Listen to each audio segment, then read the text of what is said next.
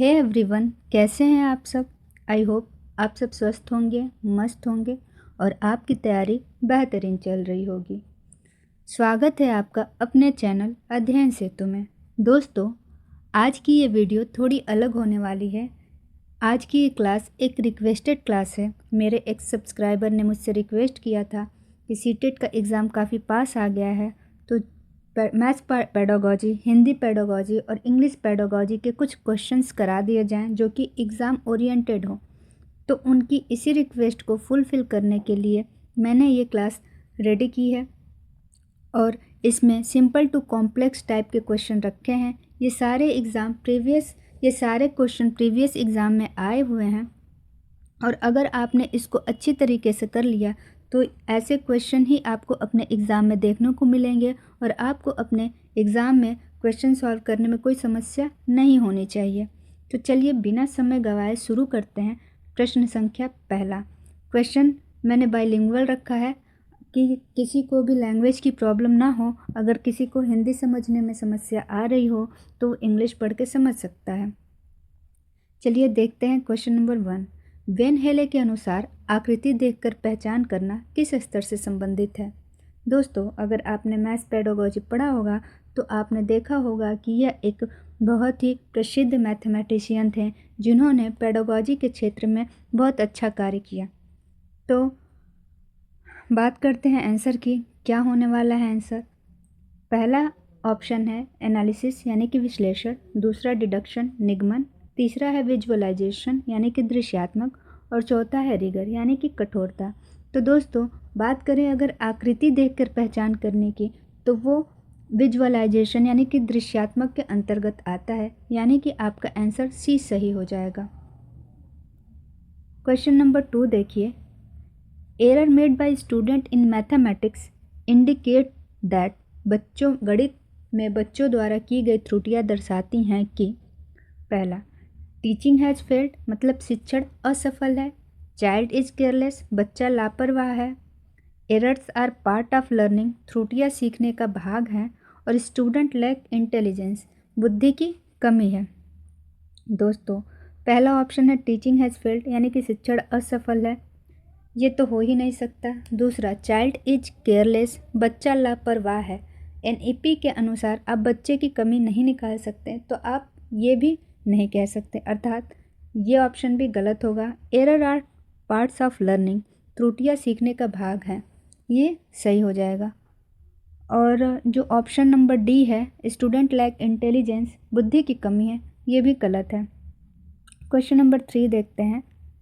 Which method is most suitable for developing problem solving skills यानी कि समस्या समाधान क्षमता के विकास के लिए कौन सी विधि सर्वोत्तम है। पहला है लेक्चर मेथड यानी कि व्याख्यान विधि, दूसरा है ड्रिल मेथड यानी कि अभ्यास विधि, तीसरा है एक्टिविटी बेस्ड लर्निंग क्रियात्मक अधिगम और चौथा है मेमोराइजेशन यानी कि रटने की विधि। तो बात हो रही है समस्या समाधान की। समस्या समाधान आप सबसे पहले देखिए कि बच्चा आपका एक्टिव कहाँ है। तो जहाँ बच्चा एक्टिव होगा वो ऑप्शन आपके लिए सबसे बेस्ट ऑप्शन होगा। तो लेक्चर मेथड यानी कि व्याख्यान विधि, इसमें टीचर एक्टिव होगा और जो क्लास होगा वो टीचर सेंटर्ड होगा, तो ये आपका ऑप्शन गलत हो जाएगा। ड्रिल मेथड यानी कि अभ्यास विधि, ये भी समस्या समाधान के लिए अच्छी विधि नहीं मानी जाती है। यहाँ तो बच्चा एक ही चीज़ को बार बार अभ्यास कर रहा है। एक्टिविटी बेस्ड लर्निंग क्रियात्मक अधिगम, यहाँ बच्चा सबसे ज़्यादा एक्टिव है, यानी कि ये आंसर सबसे सही है। मेमोराइजेशन रटने की तो बात की ही नहीं जाती है एनईपी में। एनईपी कहता है कि रटना नहीं है, जो रटन प्रणाली है उनका अंत करना है। आइए देखते हैं क्वेश्चन नंबर 4 की, जो है mathematics learning becomes meaningful when. गणित का अधिगम सार्थक होता है जब टीचर एक्सप्लेन्स एवरीथिंग शिक्षक सब समझाए, स्टूडेंट मेमोराइज फॉर्मूलाज विद्यार्थी सूत्र रटें, concept relate to daily life अवधारणाएं दैनिक जीवन से जुड़ी हों, स्पीड इज एम्फेसाइज्ड गति पर जोर हो। तो दोस्तों, आपको पता ही है कि कोई भी अधिगम तभी सार्थक होता है जब बच्चे को हम डेली लाइफ से जोड़ते हुए पढ़ाते हैं। तो बात करेंगे अगर क्वेश्चन ऑप्शन नंबर 1 की टीचर एक्सप्लेन एवरीथिंग, ये आपका नेगेटिव हो जाएगा। अगर टीचर सब कुछ एक्सप्लेन कर भी देता है तो ज़रूरी नहीं है कि गणित का अधिगम सार्थक हो जाए। स्टूडेंट मेमोराइज फॉर्मूला, ये भी नेगेटिव होगा, क्योंकि रटने की बात तो करनी ही नहीं है, कुछ भी रटना नहीं है, बच्चों को समझाते हुए पढ़ना है। Concept related to daily life, positive है ये आपके लिए, क्योंकि जब बच्चे को हम अपने डेली लाइफ से जोड़ते हुए पढ़ाते हैं तो बच्चा चीज़ों को अच्छी तरीके से सीखता और समझता है, तो ये आपका पॉजिटिव होगा। गति पर जोर हो, ये भी नेगेटिव है, तो सही आंसर हो जाएगा सी। बात करते हैं नेक्स्ट क्वेश्चन की। Question number 5, which approach support constructivism in mathematics teaching, यानी कि गणित शिक्षण में रचनावाद किस दृष्टिकोण का समर्थन करता है। टीचर सेंटर्ड, शिक्षक केंद्रित, रटंत अधिगम यानी कि rote learning, child centred learning यानी कि बाल केंद्रित अधिगम, या एग्जामिनेशन ओरिएंटेड यानी कि परीक्षा केंद्रित। तो दोस्तों आपको पता है कि कोई भी अधिगम, चाहे गणित का हो, हिंदी का हो या किसी भी सब्जेक्ट का हो, शिक्षक केंद्रित नहीं होना चाहिए। शिक्षक केंद्रित क्लास ही नहीं होनी चाहिए। अगर शिक्षक केंद्रित क्लास है तो बच्चा छोटे क्लास में है, वो कुछ सीख नहीं पाएगा और उसका अधिगम जो है वो भी स्ट्रांग नहीं होगा। रोट लर्निंग रटाना नहीं है, रटंत विद्या चलंत नहीं, तो इसलिए रोट लर्निंग कराना नहीं है। चाइल्ड सेंटर्ड लर्निंग, बाल केंद्रित अधिगम, यानी कि एक ऐसा अधिगम जिसमें बच्चा एक्टिव है, बच्चा पार्टिसिपेट कर रहा है, तो यह रचनावाद है, यानी कि बच्चा वहाँ पे करके सीख रहा है, क्रिएटिव है। एग्जामिनेशन ओरिएंटेड, परीक्षा के लिए हमें नहीं पढ़ाना है। चलिए बात करते हैं क्वेश्चन नंबर 6 की। The main objective of teaching geometry at upper primary level is to, उच्च प्राथमिक स्तर पर ज्यामिति पढ़ाने का मुख्य उद्देश्य है मेमोराइज थियरम्स, प्रमेय रटाना, डेवलप्ड स्पेशियल थिंकिंग, स्थानिक चिंतन विकसित करना, इंक्रीज कैलकुलेशन स्पीड, गणना गति बढ़ाना, कंप्लीट सिलेबस यानी कि पाठ्यक्रम को पूरा करना। दोस्तों देखते हैं ऑप्शंस को। मेमोराइज थियरम, प्रमेय रटाना नहीं, रटाने की बात करनी ही नहीं है। स्थानिक चिंतन का विकसित करना, ये पॉजिटिव लग रहा है, आगे भी देख लेते हैं। इंक्रीज कैलकुलेशन स्पीड, इसको भी नहीं करना है। कंप्लीट सिलेबस, इसकी तो बात ही नहीं करनी, तो आपका ऑप्शन नंबर बी सही हो जाएगा। आइए क्वेश्चन नंबर 7 देखते हैं। Which tool best help in teaching abstract concept, यानी कि अमूर्त अवधारणाओं के शिक्षण में कौन सा साधन सहायक है। पहला chalk and talk, concrete material यानी कि ठोस सामग्री, डिक्टेशन, श्रुत लेख, कॉपी राइटिंग, नकल लेख। तो बताएंगे सही आंसर क्या हो जाएगा। चॉक एंड टॉक होगा नहीं, श्रुति लेख भी नहीं होगा और नकल लेखन भी नहीं होगा। बात कर रहे हैं हम अमूर्त अवधारणाओं के शिक्षण में, तो यहाँ पे कॉन्क्रीट मटेरियल का इस्तेमाल करते हुए आप बच्चे को मूर्त से अमूर्त की तरफ ले जाने का प्रयास करेंगे। तो जो सही आंसर हो जाएगा वह हो जाएगा ऑप्शन नंबर बी। आगे देखते हैं। A child learns mathematics best when, बच्चा गणित सबसे अच्छा सीखता है जब ही लिसन साइलेंटली, वह चुपचाप सुने, ही प्रैक्टिस रेपिटेडली, वह बार बार अभ्यास करे, ही एक्सप्लोर एंड डिस्कवर, खोज और अन्वेषण करे, ही मेमोराइज रूल्स, नियम रटे। दोस्तों मैंने आपको पहले ही बताया है कि हम अपने ऑप्शन में सबसे पहले वह ऑप्शन ढूंढेंगे जहां बच्चा सबसे ज़्यादा एक्टिव हो। जहां बच्चा एक्टिव होगा वो ऑप्शन आपके लिए बेस्ट ऑप्शन होगा। तो बात करते हैं ऑप्शन ए की, वह चुपचाप सुने, बिल्कुल नहीं। ही प्रैक्टिसेस रेपिटेडली, वह बार बार अभ्यास करे, ये भी नहीं। ही एक्सप्लोर एंड डिस्कवर, ये सही होगा, क्योंकि जब बच्चा अपने आप खोज और अन्वेषण करता है तो बहुत सारी चीज़ें वो अपने आप सीखता है और उसकी जो अधिगम है, उसकी जो लर्निंग है वो काफ़ी स्ट्रांग होती है। नियम रटे, मेमोराइजेशन पे तो जोर देना ही नहीं है बिल्कुल। प्रश्न संख्या 9 देखते हैं। विच assessment is useful for identifying learning difficulties, अधिगम कठिनाइयों की पहचान के लिए कौन सा मूल्यांकन उपयोगी है। देखिए समेटिव, डायग्नोस्टिक, एनुअल एग्ज़ाम या यूनिट टेस्ट। तो दोस्तों आपको पता है कि जब भी हम अधिगम कठिनाइयों की बात करेंगे तो उसके लिए कैसा मूल्यांकन होना चाहिए। वार्षिक परीक्षा नहीं होनी चाहिए, इकाई परीक्षा भी नहीं होनी चाहिए। समेटिव तो वर्ष के अंत में होता है। ये होगा डायग्नोस्टिक यानी कि निदानात्मक परीक्षा। चलिए देखते हैं नेक्स्ट क्वेश्चन नंबर 10। गणितीय संप्रेषण में शामिल है, क्या क्या शामिल है? ऑप्शन देखिए। ऑप्शन है ए ओनली राइटिंग आंसर, केवल उत्तर लिखना। दूसरा है एक्सप्लेनिंग रीजनिंग यानी कि तर्क की व्याख्या करना। तीसरा है साइलेंट कैलकुलेशन, मौन गणना करना। और चौथा है मेमोराइजिंग स्टेप यानी कि चरण रटना। तो केवल उत्तर लिखना आपको पता है कि ये कभी भी सही ऑप्शन हो नहीं सकता। मौन गणना ये भी राइट नहीं हो सकता। मेमोराइजेशन यानी कि रटना तो है ही नहीं। जहाँ भी आपको रटना दिखे वहाँ सीधे सीधे आप उस ऑप्शन को एलिमिनेट कर दीजिए। सही आंसर हो जाएगा ऑप्शन बी, तर्क की व्याख्या। क्वेश्चन नंबर 11 देखिए। निम्न में से कौन सा गणित की प्रकृति को सर्वाधिक दर्शाता है? फिक्स्ड रूल यानी कि स्थिर नियम, एब्स्ट्रैक्ट एंड लॉजिकल, अमूर्त एवं तार्किक, बेस्ड ऑन मेमोराइजेशन, रटंत पर आधारित, टीचर डिपेंडेंट, शिक्षक पर निर्भर। तो आपको पता है कि जब जहाँ भी फिक्स्ड रूल हो जाएगा यानी कि प्लास्टिसिटी नहीं होगी पढ़ाई में, अधिगम में, शिक्षण में, तो बच्चा अच्छे से सीख नहीं पाएगा। रटन पर आधारित बिल्कुल नहीं होना चाहिए, शिक्षक पर निर्भरता होनी नहीं चाहिए।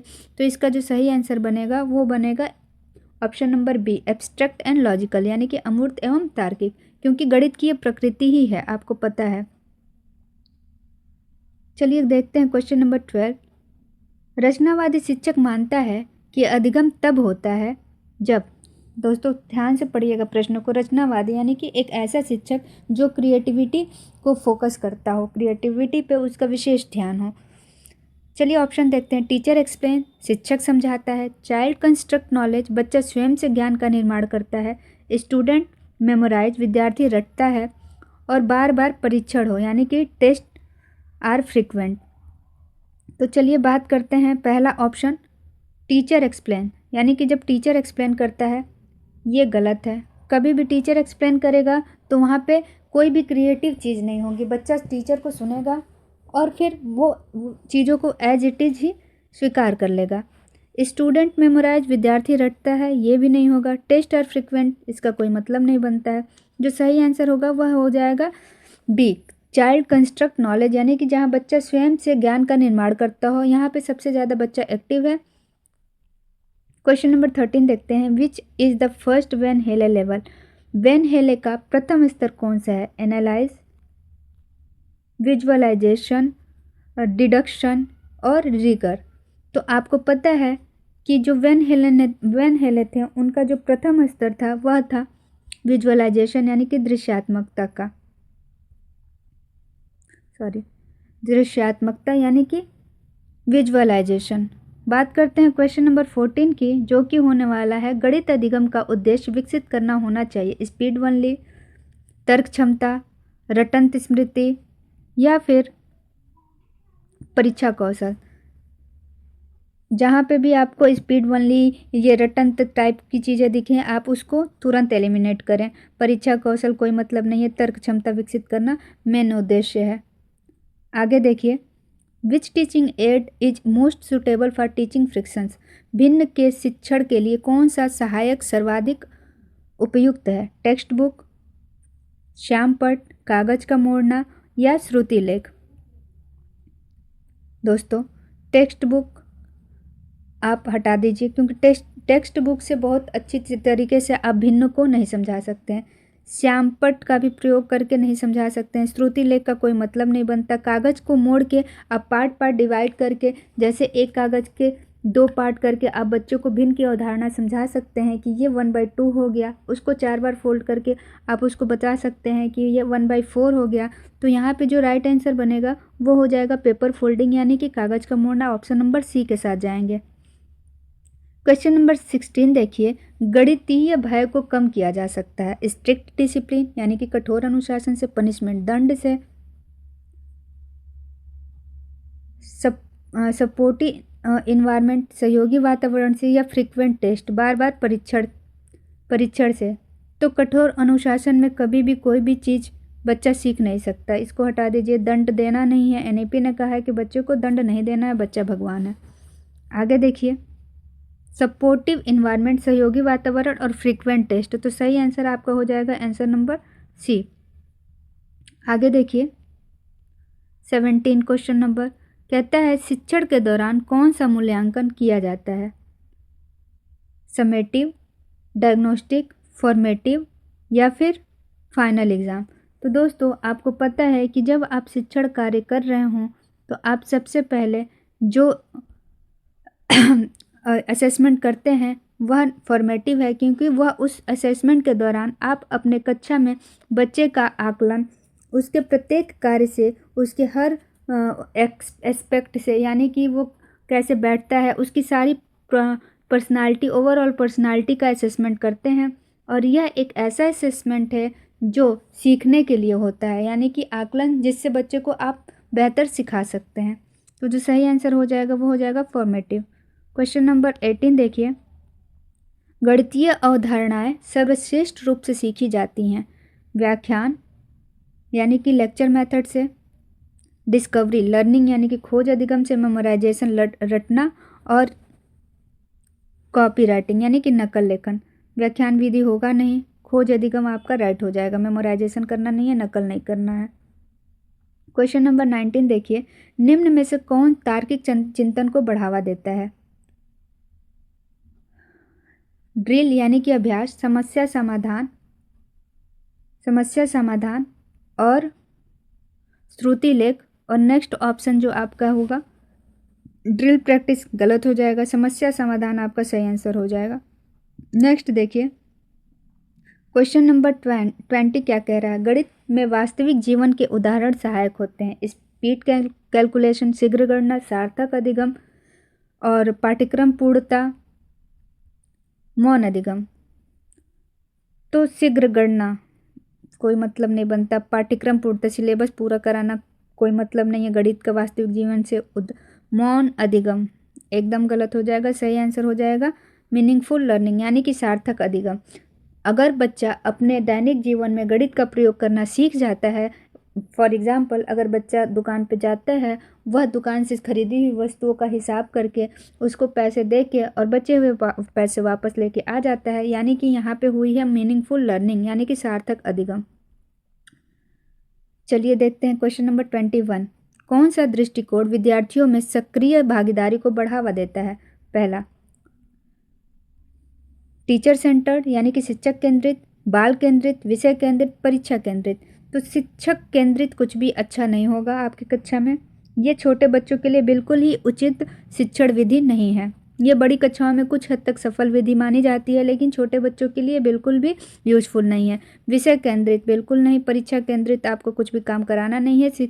आपको पता है एनईपी ने कहा है कि कक्षाएं हमारी चाइल्ड सेंटर्ड होनी चाहिए। तो इसका राइट आंसर जो बनेगा वो बनेगा option number B. Question number 22 देखिए, गणित कक्षा में शिक्षक की भूमिका होनी चाहिए।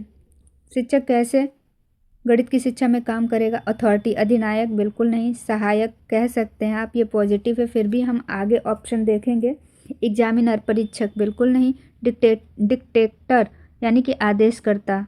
शिक्षक कभी आदेशकर्ता हो ही नहीं सकता। अगर वो आदेश करेगा तो बच्चे उसको आदेश की तरह लेंगे। शिक्षक जितना बोलेगा वो उतना ही सीखेगा, उतना ही करेगा। तो फैसिलिटेटर यानी कि शिक्षक सहायक है, बच्चों को जहाँ पे भी प्रॉब्लम आएगी उसके प्रॉब्लम को दूर करने की भरपूर कोशिश करेगा, अपनी शिक्षण विधियों को बदल के बच्चे को सिखाने की कोशिश करेगा।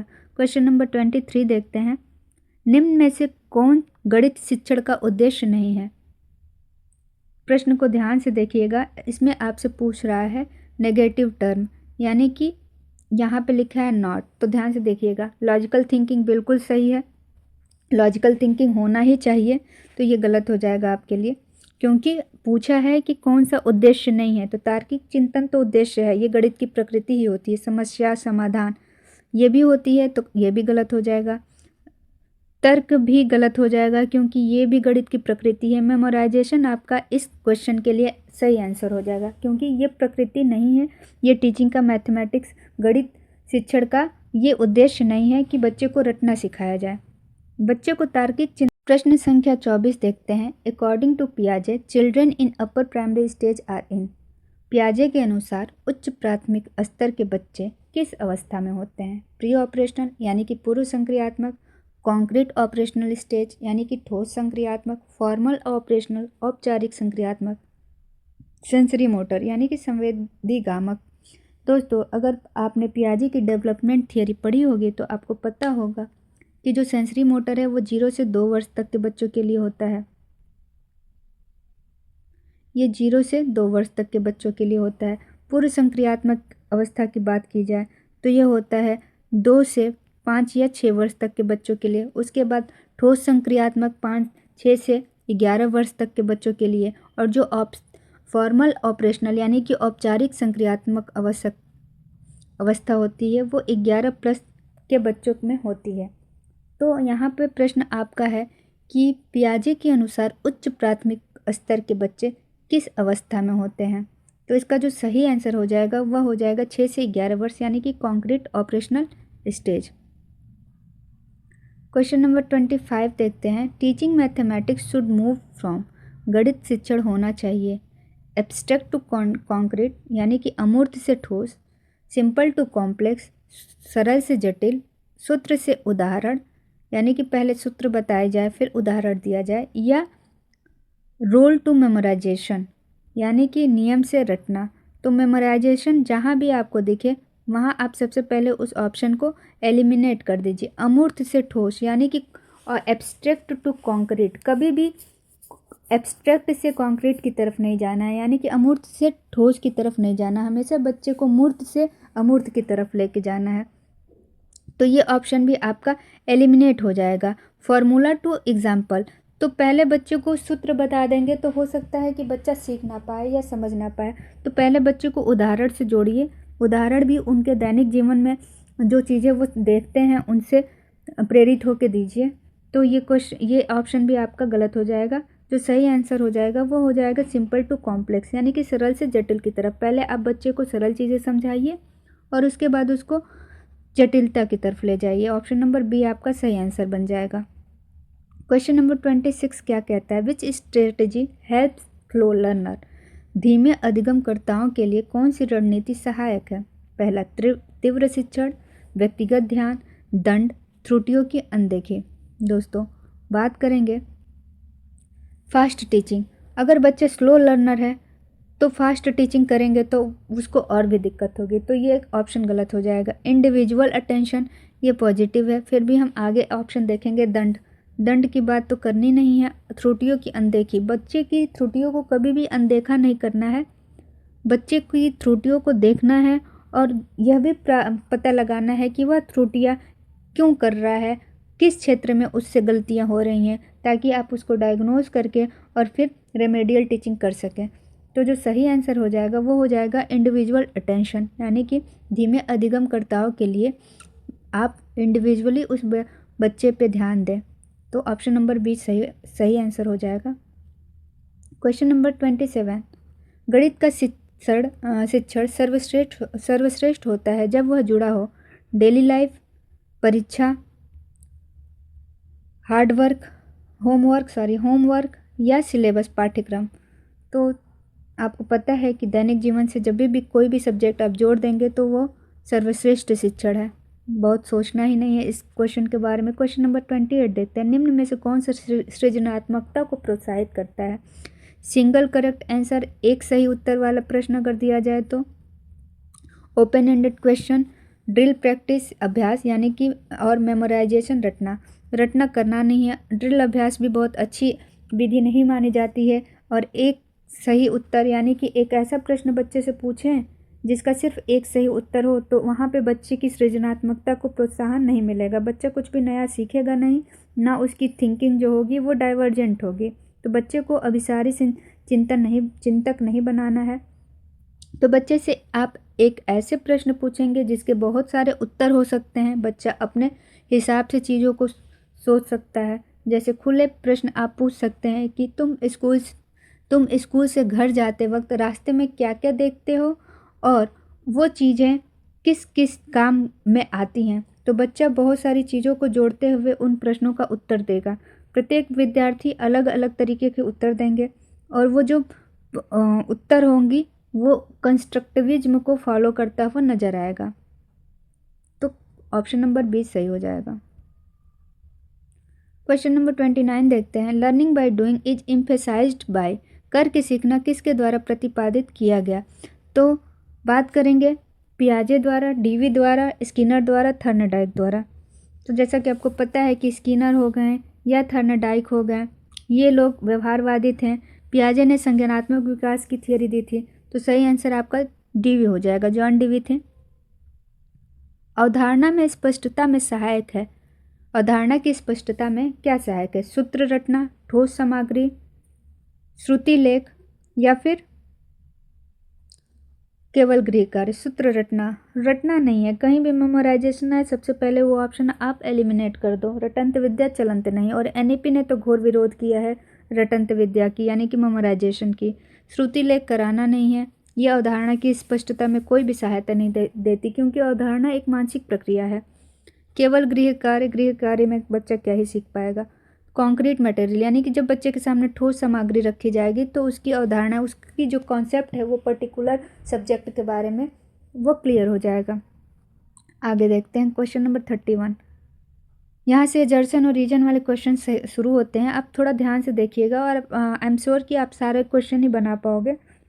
चलिए देखते हैं। Mathematics learning should be activity based, गणित का अधिगम क्रियात्मक होना चाहिए। रीज़न है activity help learners construct their own understanding, यानी कि क्रियाएं शिक्षार्थियों को स्वयं समझ विकसित करने में सहायता करती हैं। तो बताइए, देखते हैं ऑप्शन क्या क्या है। पढ़ लीजिए आप लोग ऑप्शन क्या क्या है। एजर्सन की बात करें तो गणित का अधिगम क्रियात्मक होना चाहिए, सही है। एक्टिविटी बेस होनी चाहिए, बिल्कुल सही है।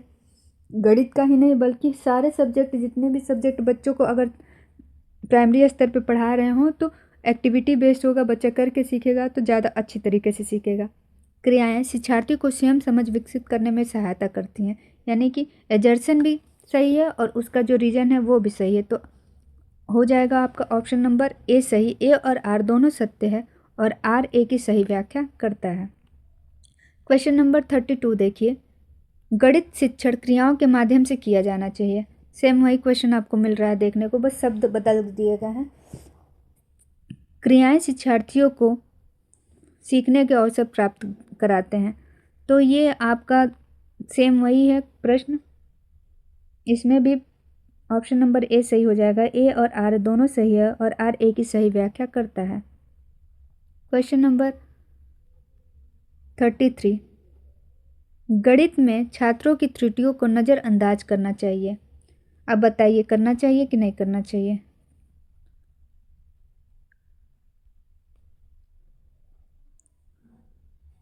रीजन देते हैं, त्रुटियां शिक्षकों को भ्रांति की पहचान करने में सहायता देती हैं। तो गणित में त्रुटियों को नज़रअंदाज करना चाहिए, बिल्कुल नहीं। गणित में ही नहीं बल्कि किसी भी शिक्षण में त्रुटियों को नज़रअंदाज नहीं करना चाहिए। त्रुटियों पे ध्यान देना चाहिए और बच्चे की त्रुटियों पे ध्यान दे के उसका रेमेडियल करना चाहिए ताकि बच्चा उसको सीख सके। त्रुटियां शिक्षकों की भ्रांतियों की पहचान करने में सहायक होती है, ये सही है। तो आपका रीजन मतलब कि कथन जो है वो गलत है और रीजन सही है, यानी कि आप कह सकते हैं कि ए गलत है और आर सही है। ए असत्य, हाँ ए गलत है और आर असत्य है। अगला देखिए क्वेश्चन नंबर 34। एजर्सन यानी कि क्या दिया है कथन, गणित शिक्षण में तर्क की क्षमता का विकास होना चाहिए। हाँ बताइए सही है या गलत। तर्क छात्रों को गणितीय अवधारणाएं समझने में मदद देता है।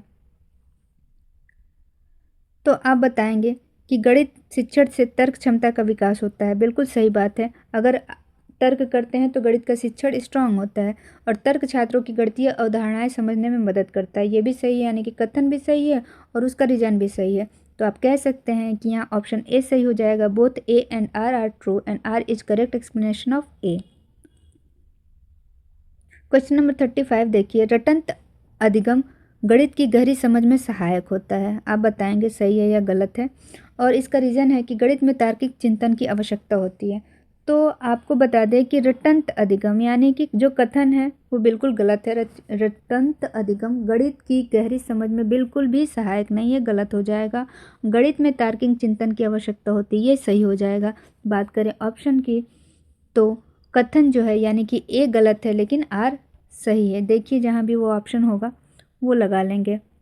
ए is true but R is false, sorry, R आपका सही है और ए गलत है। ऑप्शन नंबर डी हो जाएगा आपका, ए असत्य लेकिन आर सत्य है। क्वेश्चन नंबर 36, गणित कक्षा में शिक्षण सहायक उपयोगी होते हैं। बताएंगे क्या ये एजर्सन जो है कथन है वो सही है। शिक्षण सहायक अमूर्त अवधारणाओं के दृश्यीकरण में सहायता करते हैं। बात करते हैं गणित कक्षा में शिक्षण सहायक उपयोगी होते हैं, बिल्कुल उपयोगी होते हैं। अगला है शिक्षण सहायक अमूर्त अवधारणाओं के दृष्टिकरण में सहायता करते हैं, बिल्कुल सहायता करते हैं, यानी कि ए और आर दोनों सही और ए आर की सही व्याख्या भी करता है। ये यहाँ पे ऑप्शन नंबर ए सही हो जाएगा। चलिए क्वेश्चन नंबर 37 देखते हैं, mathematics and anxiety affects student performance. गणितीय भय छात्रों के प्रदर्शन को प्रभावित करता है, बिल्कुल करता है। और आगे उसका रीज़न दिया है कि भय गणित में आत्मविश्वास और रुचि को कम करता है, ये भी सही है, यानी कि कथन भी सही है और उसका जो कारण दिया है वो भी सही है। तो आप जाएंगे ऑप्शन ए की तरफ, both A and R are true, और जो आर है वो ए की करेक्ट एक्सप्लेनेशन है। चलिए आगे देखते हैं। क्वेश्चन नंबर 38 कहता है, रचनावादी दृष्टिकोण बाल केंद्रित अधिगम को बढ़ावा देता है, बिल्कुल सही बात है। आपको सोचने का मौका भी नहीं दिया मैंने खुद ही बता दिया। आप लोग खुद से बताइए। शिक्षार्थी सक्रिय रूप से ज्ञान का निर्माण करता है, ये इसका रीजन है, तो बिल्कुल सही बात है। दोनों कथन सही, कथन भी सही है और उसका कारण भी सही है। तो ऑप्शन नंबर ए देख लीजिए, both A and R are true and R is correct explanation of A. Question number 39, mathematics should be taught without relating it to daily life, बिल्कुल गलत बात है भाई। आप जोड़ते हुए पढ़ाइए वास्तविक जीवन से बच्चे को कोई भी सब्जेक्ट, इधर मैथमेटिक्स और हिंदी और साइंस और ईवीएस एनीथिंग। तो बात करेंगे एजर्सन की, तो बिल्कुल सही दिखता नज़र आ रहा है हमको, ये बिल्कुल सही है। और इसका रीज़न है कि गणित को वास्तविक जीवन से जोड़ने से अधिगम सार्थक बनता है, ये भी सही है। तो आप ये कह सकते हैं कि ऑप्शन ए आपका सही हो जाएगा, both A and R are true and R is the correct explanation of A. Question number 40, निर्माणात्मक मूल्यांकन अधिगम में सुधार करता है, बिल्कुल करता है।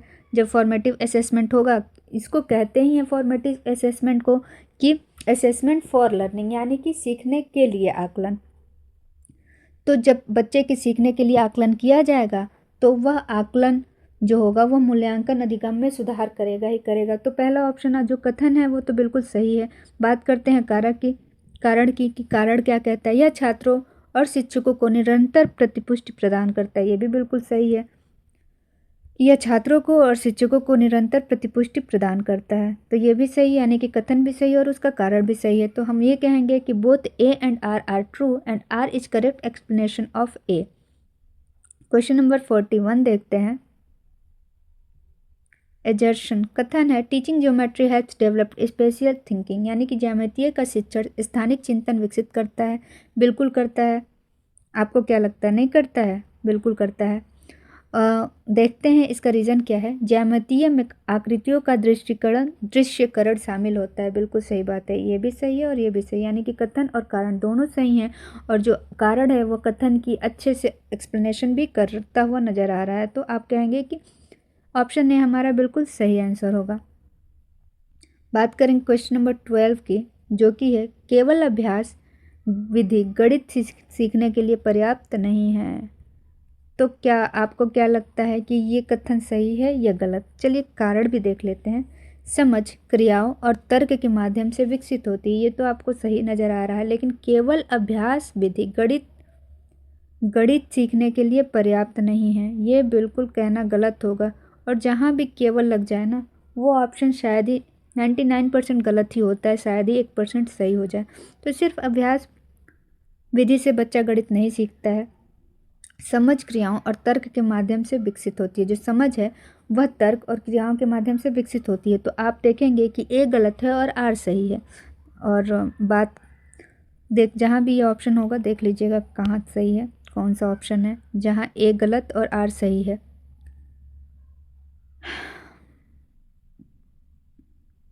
ऑप्शन नंबर डी है, ए इज फास्ट बट आर इज ट्रू।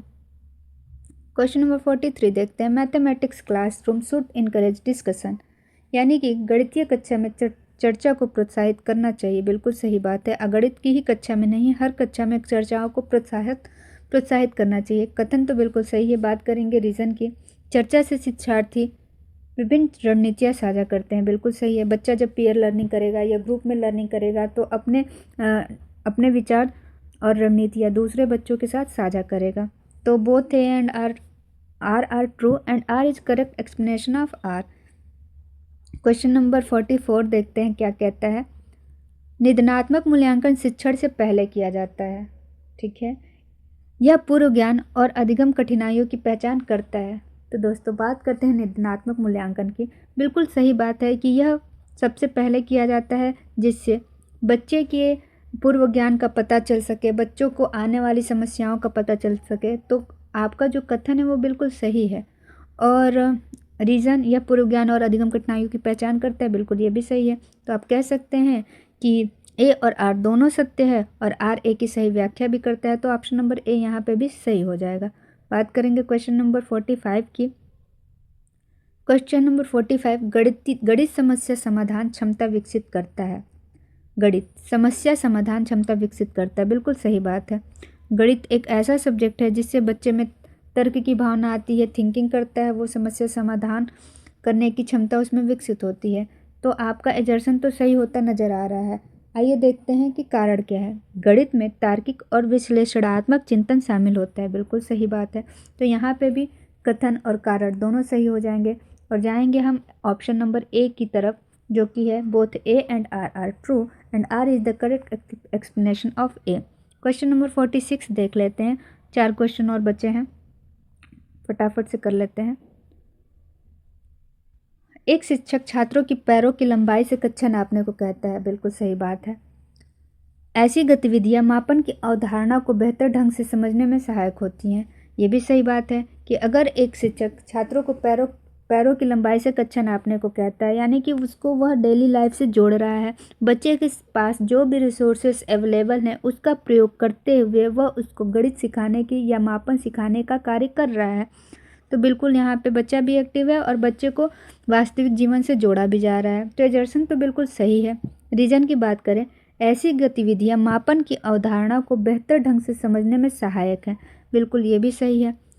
तो यहाँ पे भी आपको ऑप्शन नंबर ए सही होता हुआ नजर आएगा कि both A and R true and R is the correct explanation of A. Question number 47 देख लेते हैं, a teacher allow student to discuss different method to solve a problem. देखिए, शिक्षक छात्रों को किसी समस्या को हल करने की विभिन्न विधियों पर चर्चा करने देता है। बहुत अच्छा, बेहतर टीचर है, ऐसा ही होना चाहिए। रीजन है, कक्षा में चर्चा गणितीय तर्क और संप्रेषण को बढ़ावा देती है, बिल्कुल सही बात है, ये भी पॉजिटिव है और उसका जो रीजन है वो भी पॉजिटिव है। तो इसका भी आंसर 1 हो जाएगा। ए और आर दोनों सही है और आर ए की सही व्याख्या भी करता है। क्वेश्चन नंबर 48 देख लीजिए, शिक्षक द्वारा की गई हर गलती को तुरंत सुधार देता है। शिक्षक छात्रों द्वारा की गई हर गलती को तुरंत सुधार देता है। ध्यान दीजिएगा क्या कहता है कि शिक्षक छात्रों द्वारा की गई हर गलती को तुरंत सुधार देता है। और रीजन है, गलतियां शिक्षक को छात्रों की सोचने की प्रक्रिया समझने में मदद करता है। तो आप सोचिए कि अगर शिक्षक किसी बच्चे की गलती को तुरंत सुधार देगा तो क्या बच्चा फिर उस काम को करेगा, मतलब काम के बारे में सोचेगा कि जो मैंने किया है वो गलत है और वो उसको टीचर ने सुधार दिया, तो बच्चा अपना गलती सुधारने का प्रयास करेगा ही नहीं। तो शिक्षक को मौका देना चाहिए विद्यार्थी को कि वह अपनी गलती को स्वयं सुधारने का प्रयास करे। अगर बच्चा तमाम एफर्ट्स के बाद भी नहीं अपनी गलतियों को सुधार पाता है, तब शिक्षक को उसकी गलतियों को सुधारते हुए बताना चाहिए कि गलती कहाँ हुई। तो पहला ऑप्शन तो ऐसे ही एलिमिनेट कर सकते हैं कि यह बिल्कुल गलत है। कारण की बात करें तो गलतियाँ शिक्षक को छात्रों की सोचने की प्रक्रिया समझने में मदद करता है। ये बिल्कुल सही है कि अगर कोई छात्र गलती कर रहा है तो शिक्षक उसको ध्यान से देखेगा कि छात्र किस क्षेत्र में गलती कर रहा है।